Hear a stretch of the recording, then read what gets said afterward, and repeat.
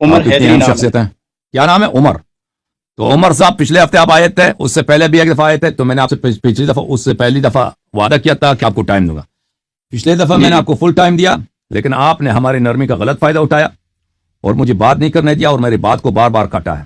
تو اس دفعہ آپ سے استدعا یہی ہے, میری خواہش یہی ہے کہ آپ ایک موضوع کا انتخاب کریں, اسی موضوع پہ بات کریں, اور میری بات کو اگر آپ نے ایک دفعہ کاٹا تو میں برداشت کروں گا, 2 دفعہ 3 دفعہ اگر آپ نے کاٹ دیا تو میں آپ کو یہاں سے ناک آؤٹ کر دوں گا, کیونکہ ہمیں بھی دقت ہوتی ہے بات کرنے کی اور ناظرین کو بھی دقت ہوتی ہے, وہ نہیں سن پاتے. اگر 2 آدمی آپس میں بات کر رہے ہیں نا, وہ ایک دوسرے پہ کی بات کو کاٹ رہے ہیں, ان کو نہیں سنائی دیتی کہ وہ کیا کہہ رہے ہیں. پچھلی دفعہ میں نے آپ کو بہت سمجھایا, آپ نے سمجھا نہیں, اور آپ نے شاید, لیکن میری مجبوری تھی کہ میں نے آپ کو وعدہ دیا تھا کہ میں آپ کو ٹائم دوں گا, لیکن اس دفعہ یہ وعدہ تو نہیں ہے. اس دفعہ آپ کو میں نے خبردار کیا کہ بھائی اگر آپ نے یہ ادب کا اور رعایت کا یہ طریقہ کار چھوڑ دیا تو میں آپ سے معذرت کرتا ہوں, میں آپ سے گفتگو نہیں کر سکوں گا, میں اس شخص سے گفتگو کر سکوں گا جو میری بات کو سنتا ہے. بس یہ میری آپ سے عرض ہے. بسم اللہ کریں. تو آپ بھی بولنے کا ہمیں وقت دیں گے پورا, اور اتنی بات کریں گے جتنی پوچھی جائے, اور تھوڑے تھوڑے وقت میں ہم بات کریں تاکہ کوئی نتیجہ بھی نکلے بات کا اور سمجھ بھی آئے. تو جی ہم ایسا نہ ہو کہ آپ جو ہے وہ لمبی مجلس شروع کر دیں اور دوسرا بندہ بیٹھ کے اپنا ٹائم ضائع کرتا رہے. تو اگر مختصر بات ہوگی تو بہتر ہوگا. میں بھی, آپ بھی ادب احترام کے دائرے میں رہیں گے تو میں بھی کیوں نہیں رہوں گا. اور آپ اپنی پچھلی گفتگو اٹھا کے دیکھیں کہ آپ نے کس طریقے سے زبان اور طیش میں آگے آپ نے تو اخلاق کیا, آپ نے سب ہر چیز کا دامن چھوڑ دیا, لیکن میں پھر بھی آپ کو کتنے آرام سے پیار محبت سے گفتگو کی آپ کے ساتھ. تو ظاہر ہے جب آپ ٹائم ہی نہیں دیں گے.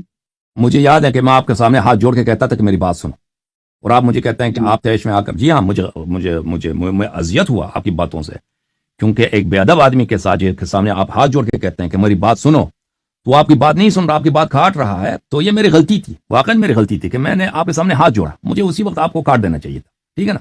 ایک شخص اگر وہ سوال کرتا ہے پھر وہ کہتا ہے کہ تم اس سوال کا جواب نہ دو, اس کی اپنی مرضی کی جواب دے دو, پھر اس سے بات نہیں ہو سکتا. بھائی اگر آپ سوال کرتے ہیں وہ میری مرضی ہے, جس انداز سے میں جواب دوں اس جواب کے لیے مجھے مقدمے کی ضرورت ہے, میں تمہید کی ضرورت ہے, میں مقدمہ تمہید بیان کروں پھر اس کو نقطے کی طرف آ جاؤں, یہ میری مرضی ہے.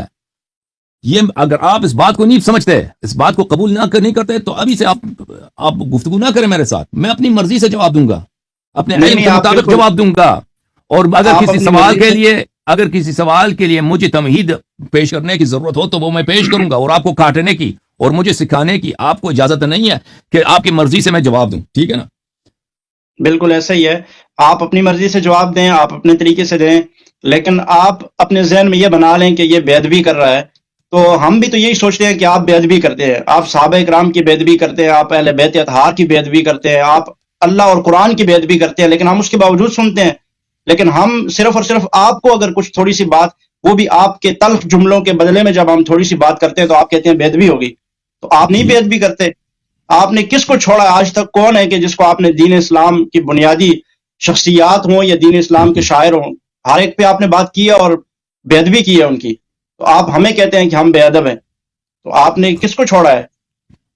ارے یاری صاحب, آپ کے سوال کا جواب ہے کہ میں نے کس کو چھوڑا ہے. میں نے آپ کے ائمہ کے متعلق, آپ کے بزرگوں کے متعلق میں نے وہی جملے کہے ہیں جو آپ کے کتب میں موجود ہیں, اور اسی لیے آپ لوگ بے جواب اور بے بس ہیں اور جواب نہیں دے سکتے. اگر میں نے ابوبکر کے متعلق, ابوبکر یا عمر یا عائشہ کے متعلق ایسی بات کہی ہے, ایسے الفاظ ایسے جملے کہیں جو آپ کے کتب میں نہیں ہیں, تو مجھے دکھاؤ. اگر آپ کی کتب میں صحیح اسانید کے ساتھ ان کے ایسی باتیں ہیں جن کو آپ ان کو گالی سمجھتے ہو, تو یہ میرا قصور نہیں ہے, ان شخصیات کا قصور ہے. ان شخصیات کا قصور ہے جن سے یہ باتیں صادر ہوئی ہیں, جنہوں نے ایسے کردار کیے ہیں جو آپ کے کتب میں بھی موجود ہیں, ان سے لڑو. اب آپ کا جملہ کہ میں نے اللہ اور رسول اور اہل بیت علیہ السلام کی توہین کی, اس کا میں جواب ہی نہیں دیتا, کیونکہ جواب کے لائق ہی نہیں ہے. جہاں تک آپ کی شخصیات کا تعلق ہے اس کا جواب میں دے چکا ہوں. ابھی آپ بسم اللہ کریں, کس موضوع پہ بات کرنا چاہتے ہیں, میں آپ کی خدمت میں حاضر ہوں. پہلی بات تو یہ کہ اہل بیت اطہار ہوں یا صحابہ اکرام ہوں, یہ ساری ہماری شخصیات ہیں, ٹھیک ہے. ہم ان کا دفاع بھی کرتے ہیں, اور ہم ان پہ کوئی جملہ, کوئی ہلکا سا جملہ بولنا بھی اپنے لیے ایمان سے نکلنا تصور کرتے ہیں اس کو. ہم ان پہ کوئی لفظ